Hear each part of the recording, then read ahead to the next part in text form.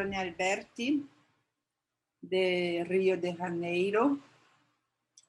Voy a hablar con un poco de portugués tal vez. Espero que puedan entender lo que preparé para decirles hoy. Mi tema, el simbólico, el imaginario y el real y el sujeto adolescente.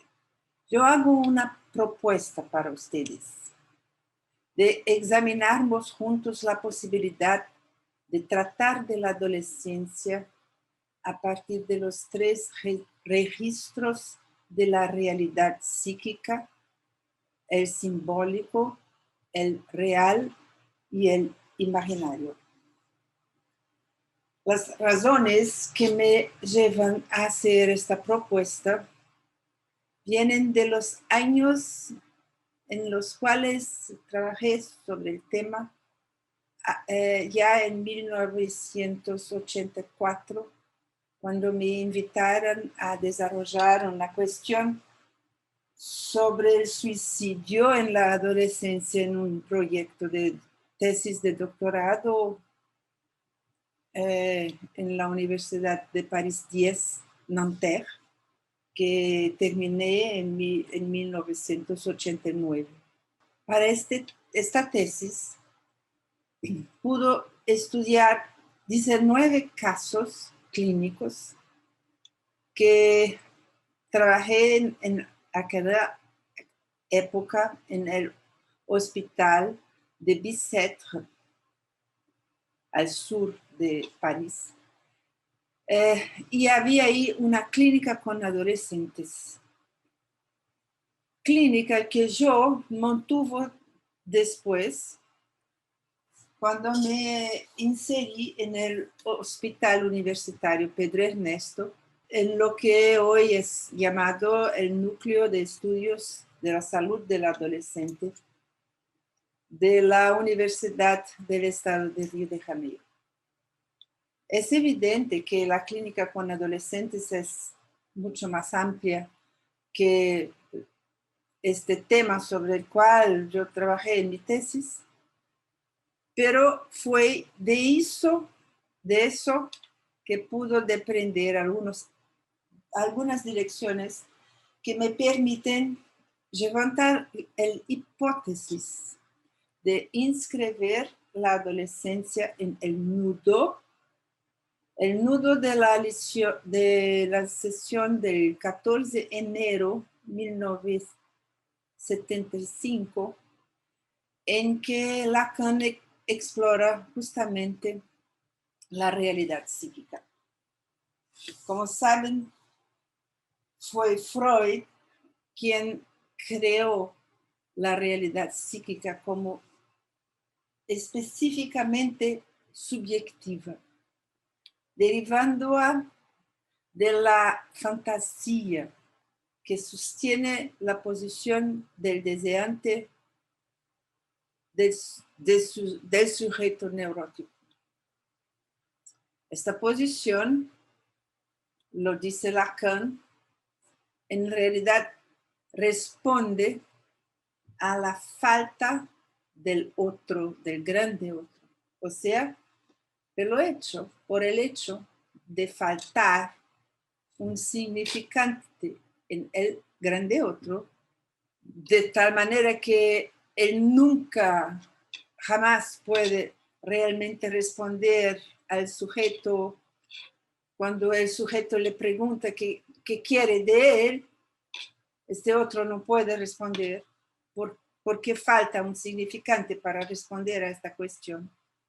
El sujeto construye su fantasía como una respuesta, atribuyendo al grande otro esta respuesta, y que siempre tiene una vertiente de objetivización del sujeto para el otro, que, por ejemplo, tiene el gozo en devorarlo, bater en él, hacer de él el objeto de su deleite, como lo diría el Marqués de Sade.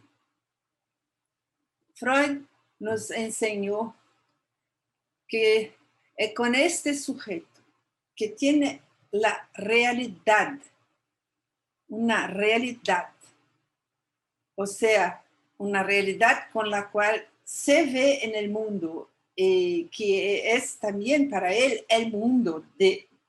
Para él, esta realidad es psíquica. Y el psicoanalista va a trabajar con este sujeto que tiene esta realidad que él mismo construyó. Esto ya nos da una pista, un ejemplo sobre lo que es el adolescente para el psicoanálisis. Y él es un sujeto, como todo sujeto para el psicoanálisis, o sea, no es aquel paciente del discurso médico que lo verá de acuerdo con parámetros que son dictados por manuales médicos.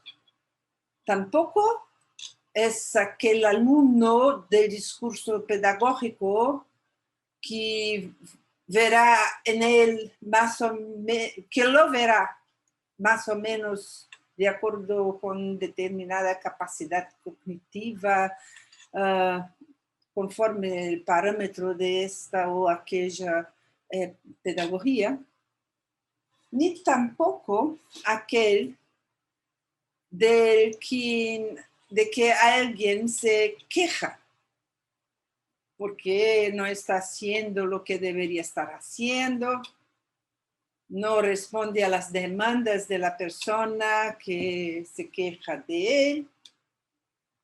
No, el sujeto adolescente con el cual el analista se relacionará en su trabajo es constituido en la habla de él propio. Como lo dice ya Lacan, el sujeto es el sujeto de la habla.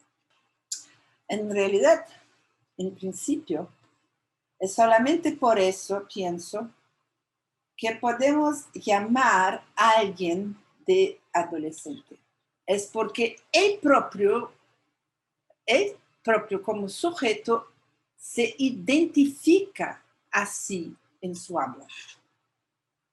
Eso es importante porque nos sitúa, en cuanto psicoanalistas, en la diferencia para con lo que normatiza la adolescencia a partir del discurso médico, del discurso pedagógico, que ahí se queda sometido a esos discursos. O sea, que lo identifica por parámetros etarios, a partir de mediciones en listas de desarrollo, o aún porque tiene un comportamiento así o así. El discurso dominante identifica a los sujetos en tanto adolescentes con criterios totalmente externos al discurso psicoanalítico. Por eso, necesitamos elaborar nuestros criterios, porque una práctica como es la nuestra, que deriva de un saber que se refiere al discurso de la ciencia, que es el caso del psicoanálisis, una práctica que así se refiere al discurso de la ciencia, necesita sus propios constructos teóricos para definir su campo. Levanté la hipótesis de que en lo que dice respecto a la clínica estructural, el sujeto adolescente se inscribe en la neurosis. Eso quiere decir que fuera de la neurosis no habría adolescencia para el psicoanálisis. Si nos referimos a la estructura psíquica. Esta hipótesis nació en el inicio de los años 1990, cuando yo escribí mi primer libro sobre el tema, que se llama El sujeto adolescente. Pero llevó un tiempo para ser afinada. Entonces, ella nació en el momento en que yo pude asociar lo que escuchaba en la clínica con adolescentes con una frase de Lacan sobre el neurótico. Esta frase dice claramente que hay una demanda de una reafirmación, una Wiederbejahung, una demanda de reafirmación que entonces hace la denuncia de esta equivalencia entre el carácter neurótico y los adolescentes. Yo voy a leer las frases de Lacan. Hablando del neurótico, dice, él depende tanto de la demanda del otro, un grande otro, que lo que él demanda al otro en su demanda de amor es que este otro le permita que haga alguna cosa. Esto es la frase de Lacan sobre el neurótico. Lacan enuncia esta frase acerca del neurótico, pero podemos fácilmente transportarla para los adolescentes de que tratamos.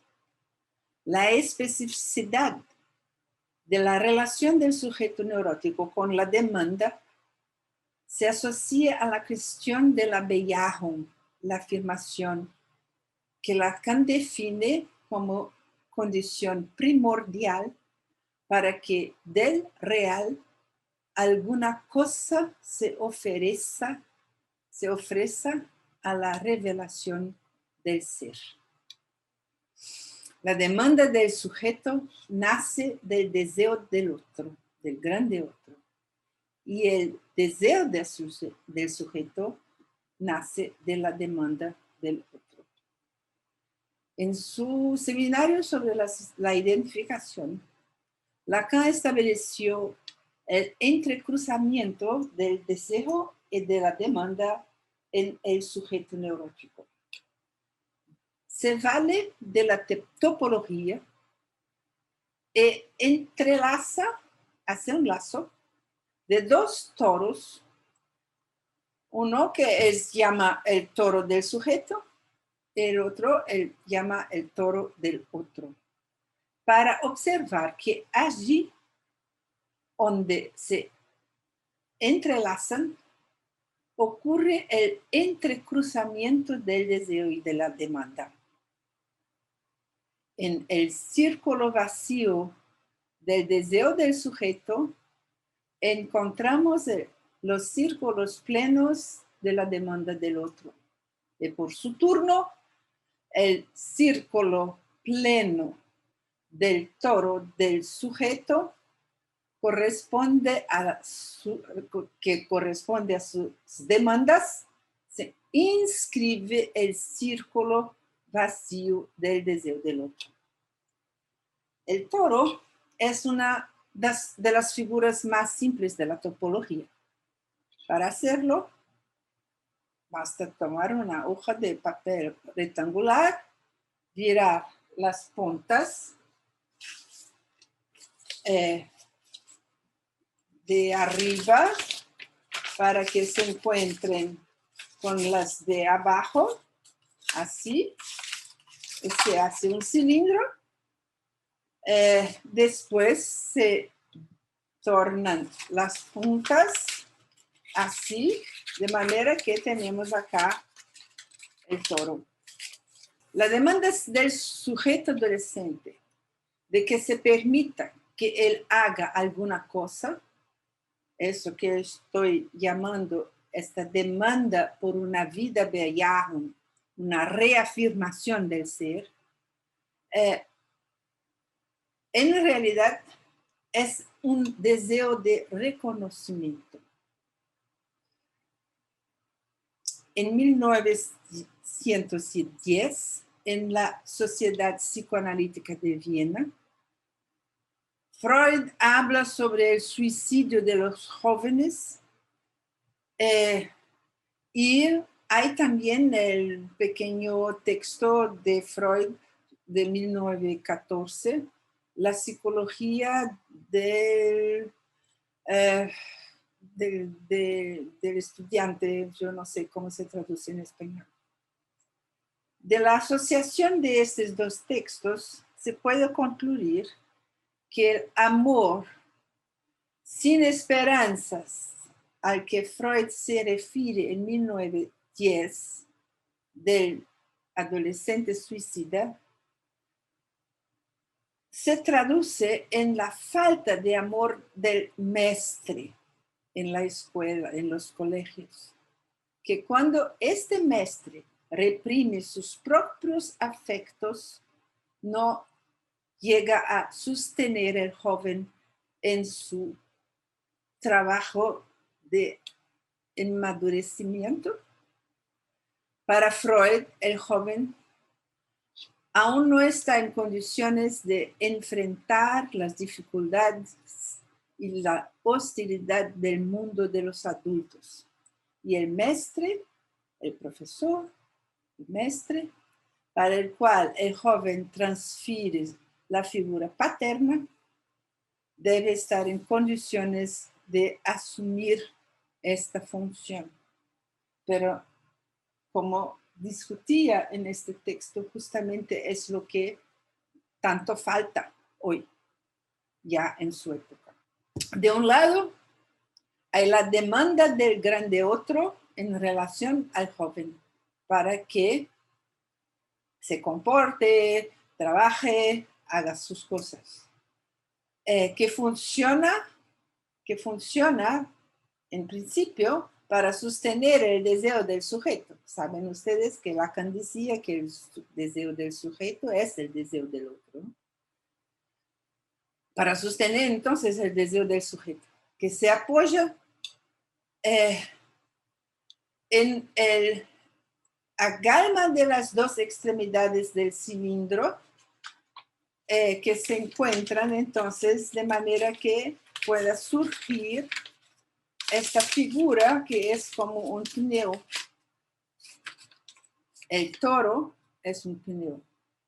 En el centro del toro hay un hueco, un vacío, con una borda. Este es el círculo del deseo que Lacan identifica con la matemática, porque la nomenclatura del círculo vacío es matemática. Supongamos ahora que este pneu, este toro, sea muy pesado y que la única manera que existe para deslocarlo es pasar un lazo así para entonces deslocarlo. Este lazo hace una vuelta acá. Este es el círculo que en matemática se llama el círculo pleno. Es el círculo que Lacan llama de la demanda. Son infinitos círculos de la demanda en el toro. Los dos toros entrelazados representan entonces el entrelazamiento del deseo y de la demanda del otro con los dos del sujeto. Se puede entrelazar ambos los dos toros atravesando entonces con los dedos de la mano uno y el otro. Allí donde el otro inscribe sus demandas, se cría la causa del deseo del sujeto. Freud escribe que en su texto de 1914, yo digo lo que Freud escribe. En el fondo, nosotros, maestres, nosotros los amábamos mucho a nuestros profesores, cuando nos daban razones para eso. Pero no se puede mentir. De una forma muy especial, nos colocábamos en contra a ellos.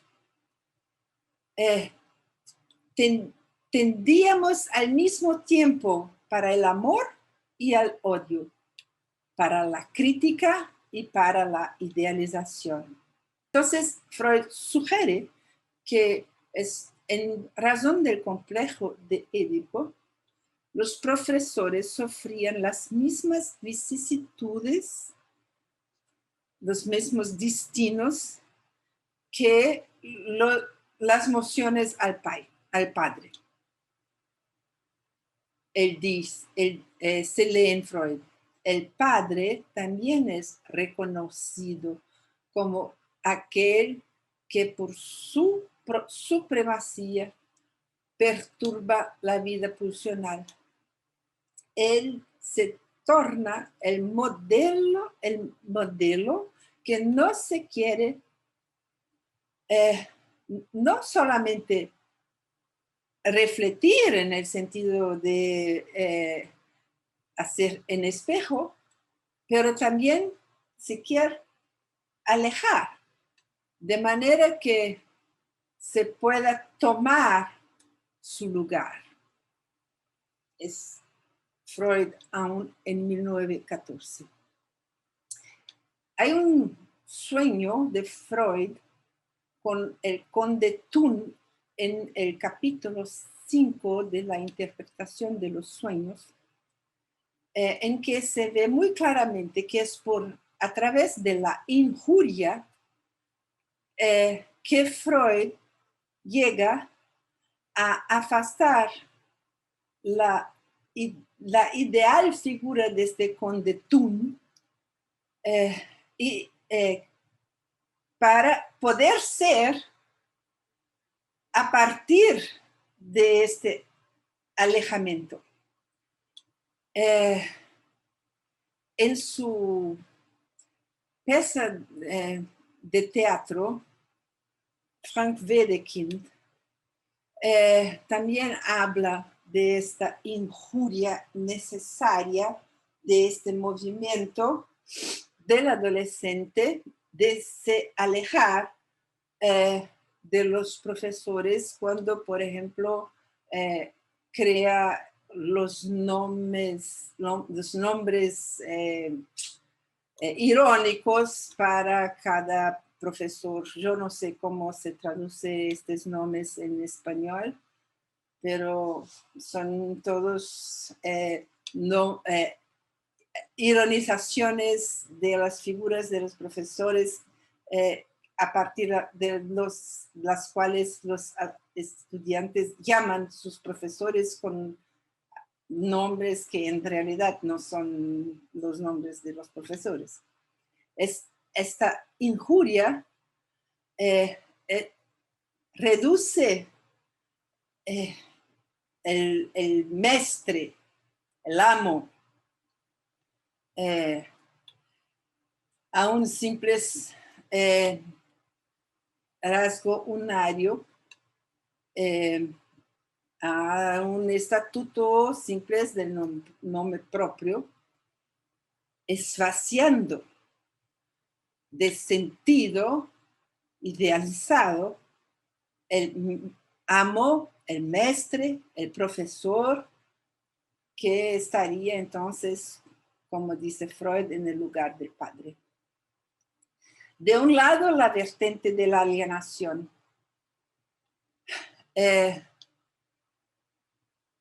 En que se detecta la siempre renovada demanda. Si nos si quedamos en el seminario sobre los 4 conceptos fundamentales en psicoanálisis.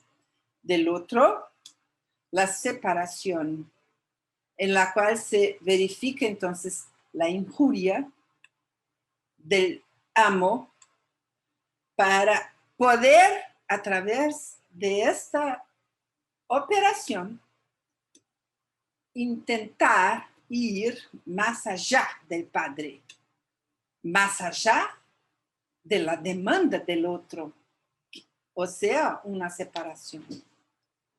Hay un pasaje necesario para que la palabra sea equivalente al acto. Eso muestra que hay en la adolescencia un pase necesario frente a la imposibilidad de la relación, o sea, una respuesta posible del sujeto para la pérdida irremediable ante su destino de ser hablante. Para el psicoanálisis, todo el adolescente es neurótico en este sentido.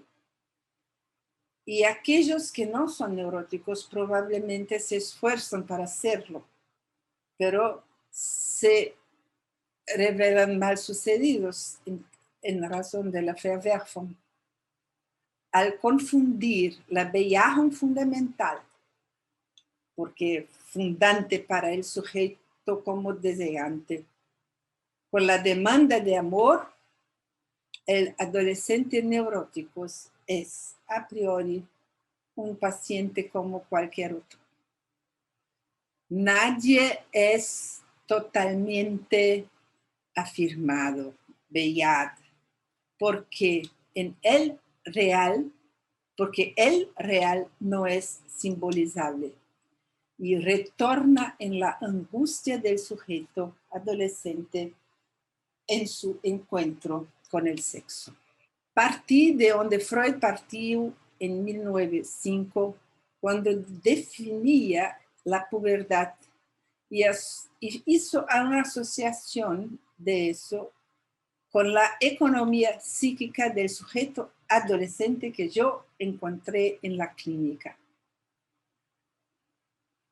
En el texto, El adolescente y el pathos, yo parto del tercer capítulo de los 3 ensayos de la sexualidad, en que Freud afirma literalmente el siguiente: al mismo tiempo en que el sujeto hace el trabajo de rechazar la fantasía claramente incestuosa de la infancia, ocurre un trabajo psíquico de los más significativos, pero también de los más dolorosos en el momento de la pubertad, y que es el desligamiento de la autoridad de los padres, que provoca el importante avance de la cultura, la contraposición de la nueva generación en relación a la antigua. Es a partir de esta frase de Freud en los 3 ensayos que yo pude observar que de una manera un poco paradoxal a la primera vista, la presencia de los padres junto al adolescente es fundamental antes de más nada, porque es eso, la presencia de ellos, que le permite ejercer él en tanto sujeto para se separar. Es justamente porque los padres están ahí que el adolescente puede elegir a no estar con ellos. Eso quiere decir, si los padres no están presentes, él no podrá hacer esta elección. Y yo defino la adolescencia como un trabajo, un largo trabajo de elaboración de elecciones, y como un largo trabajo de elaboración de la falta en el otro, del grande otro. para realizar el trabajo de elaboración de la falta en el otro, es fundamental, primero, que esta falta, esté inscrita en el otro. Caso contrario, no hay lo que elaborar. Si Melchior, en la pieza de Wedekind de 1891, El despertar de la primavera, si es apenas solamente en el momento en que encuentra el hombre mascarado de máscara, que puede identificar, que solamente ahí que él puede identificar este hombre mascarado al Padre, es porque ahí él puede se servir del Padre. Es porque hay ahí un atravesamiento necesario en la adolescencia en que si partimos de la demanda de una reafirmación en el inicio, al final ya no nos encontramos en el registro de esta demanda. Se puede prescindir de esta demanda, de este reconocimiento, de esta Wiederbejahung, al mismo tiempo en que de lo que se inscribió de la función paterna nos permite servirnos de ella para el resto de la vida. Pero en la medida en que el adolescente y el neurótico permanezcan en la demanda de una reafirmación, permanecen también en el túnel abierto de los dos lados con el cual Freud metaforiza la pubertad. Es ahí que el psicoanálisis puede vir en ayuda. Para resumir, en lo que dice respecto al registro del simbólico, la existencia, ya decía Lacan en RSI, ese hueco en el otro es necesario para permitir el anudamiento borromiano, porque es este hueco que introduce la fantasía como respuesta del sujeto a la falta de un significante en el otro, que es el significante con el cual el otro no puede responder al sujeto que quiere de él. La fantasía introduce, de acuerdo con el matema establecido por Lacan, el objeto que cae del otro en el momento en que este es furado, tachado por la inscripción del nombre del Padre. El indecible que se produce en este momento se asocia con lo que Freud llamaba la castración. Pero esta castración de que se trata es la castración del grande otro, que en el momento de la inscripción del nombre del Padre es tachado, impedido de poder todo con el sujeto niño, que entonces se estructura de acuerdo con la neurosis. De la misma manera como lo dice Lacan en la metáfora, en que representa un cocodrilo con la boca abierta para devorar el pequeño ser, el niño, y que de repente es impedido de hacerlo porque se introdució una barra en su boca abierta, evitando que se cierre sobre el niño. Esta barra es el falo que introduce la falta en el otro, que no puede cerrar la boca, al mismo tiempo en que abre al sujeto que se estructura de esta manera la posibilidad de siempre desear otra cosa, porque por ser sujeto del deseo ahora y no más apenas objeto en el deseo del otro, como se lee en la metáfora paterna. En el nudo borromeo, la consistencia simbólica es remetida a la existencia. Y de un lado es enlazada de la consistencia imaginaria y por el otro lado por la consistencia del real. El registro del imaginario es lo que efectivamente da consistencia al sujeto, en el sentido de que esta consistencia es dada por el cuerpo, tangible, especularizable, gestaltizado. Pero ella también es furada, hay un hueco ahí. Esta consistencia tiene un hueco. Y en particular en la adolescencia, este hueco ya fue desarrollado por innumerables teóricos cuando se refieren a las modificaciones corporales vividas con la pubertad. El cuerpo ya no es el mismo, es más grande, hay pelos, hay la menarca, las poluciones nocturnas, las zonas erógenas furan, hacen hueco en la gestalt y el sujeto no más se reconoce.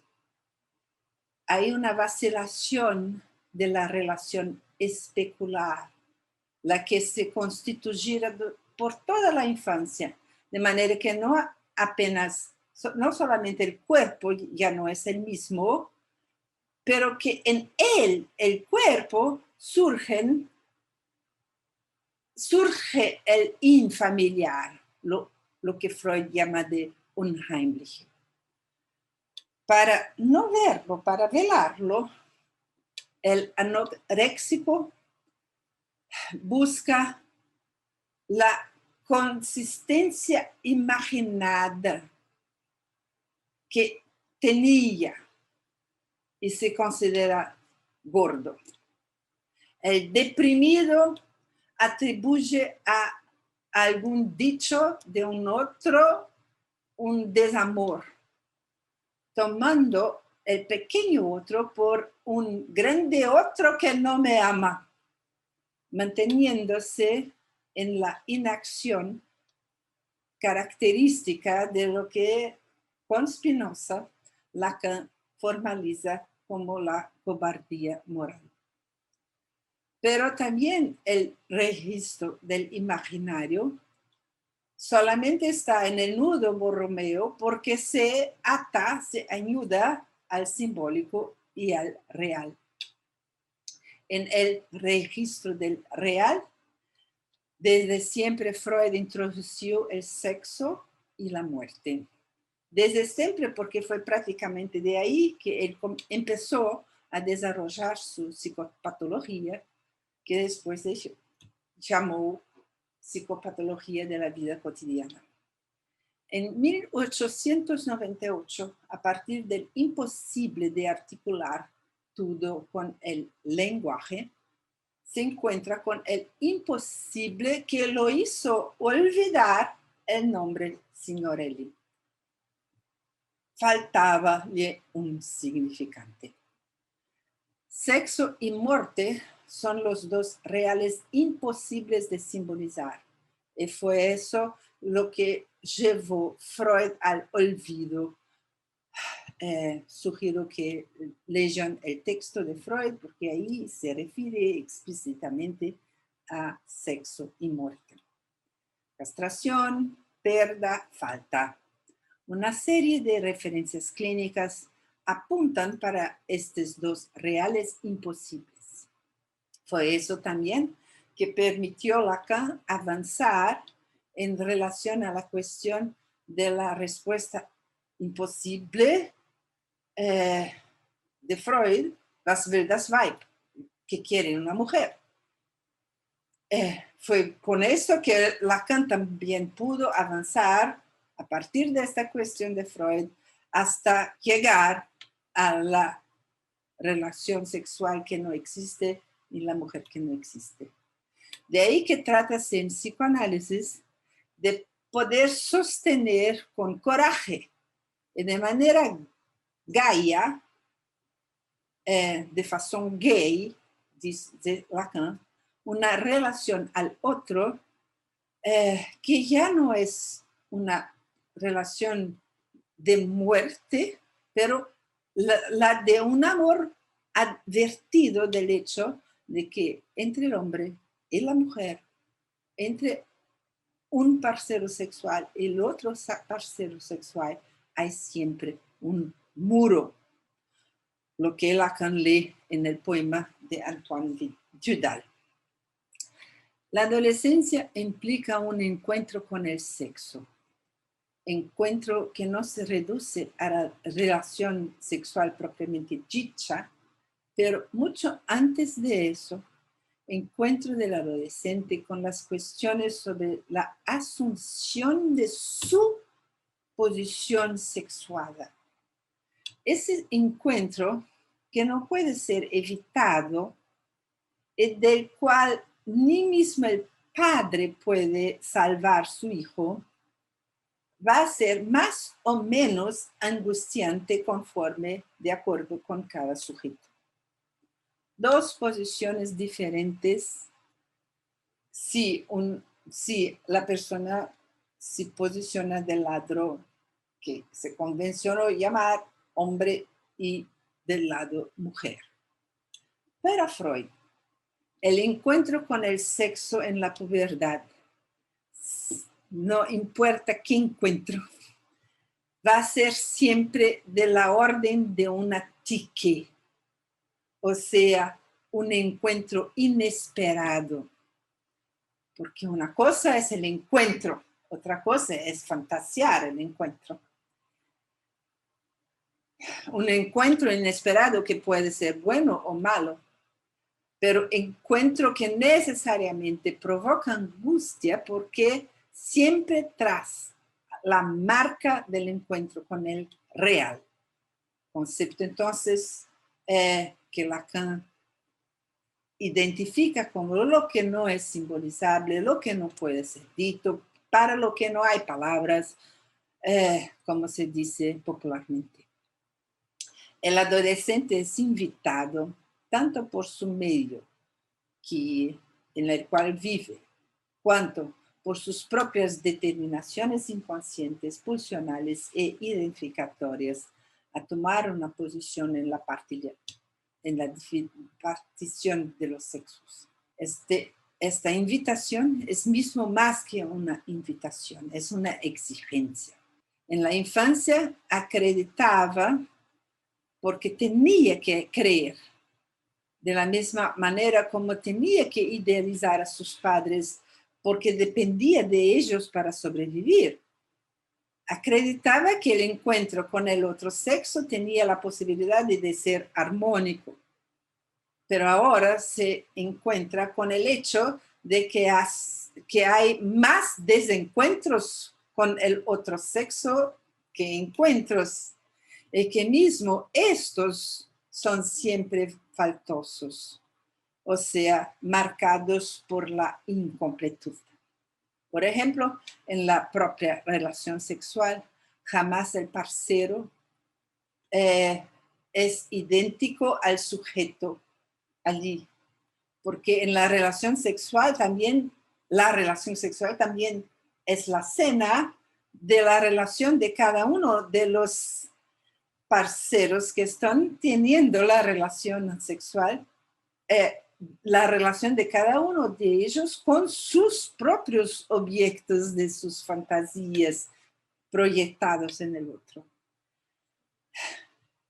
Asistimos hoy, interesante, en la clínica con adolescentes, una nueva posición frente a esta exigencia que viene del otro para poner en la partición de los sexos. Muchos adolescentes que acompañamos en el hospital universitario empezaron a decir que estaban experimentando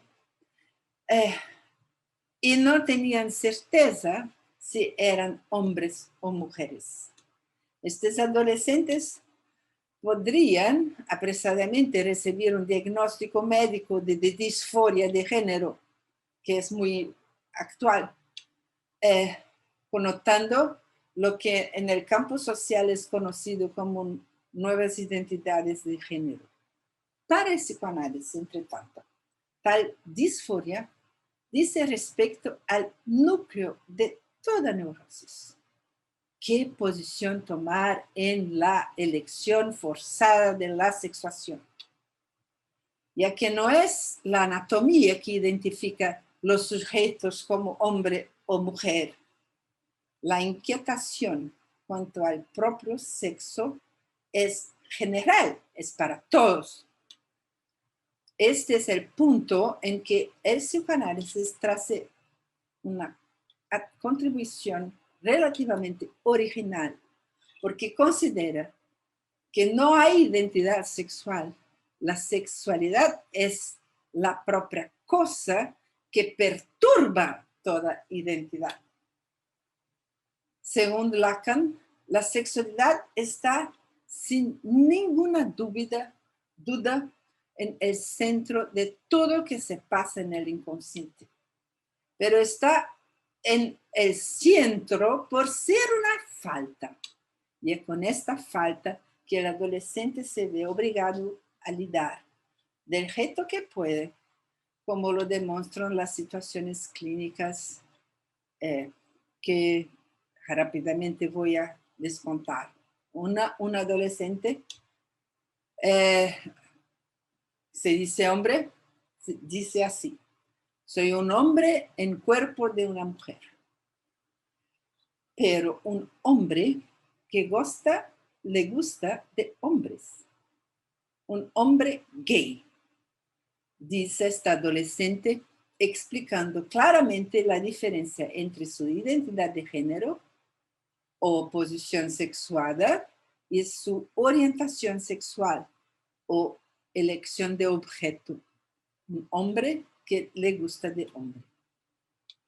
En la secuencia de los atendimientos, de las secciones, esta misma adolescente viene un día y dice: soy una mujer que es macho alfa de la casa, identificando su rol de su papel de género en una manera masculina, respondiendo al lugar en que se ve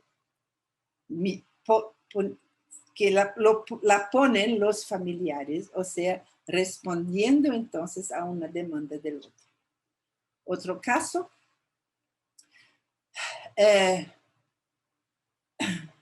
de una adolescente. Nosotras mujeres nos pegamos, nos tocamos. Toda mujer es bi. Hombre con hombre no me gusta. Pero nosotras no. Mujeres se dan las manos, cambian de ropa juntos, toman baño juntas.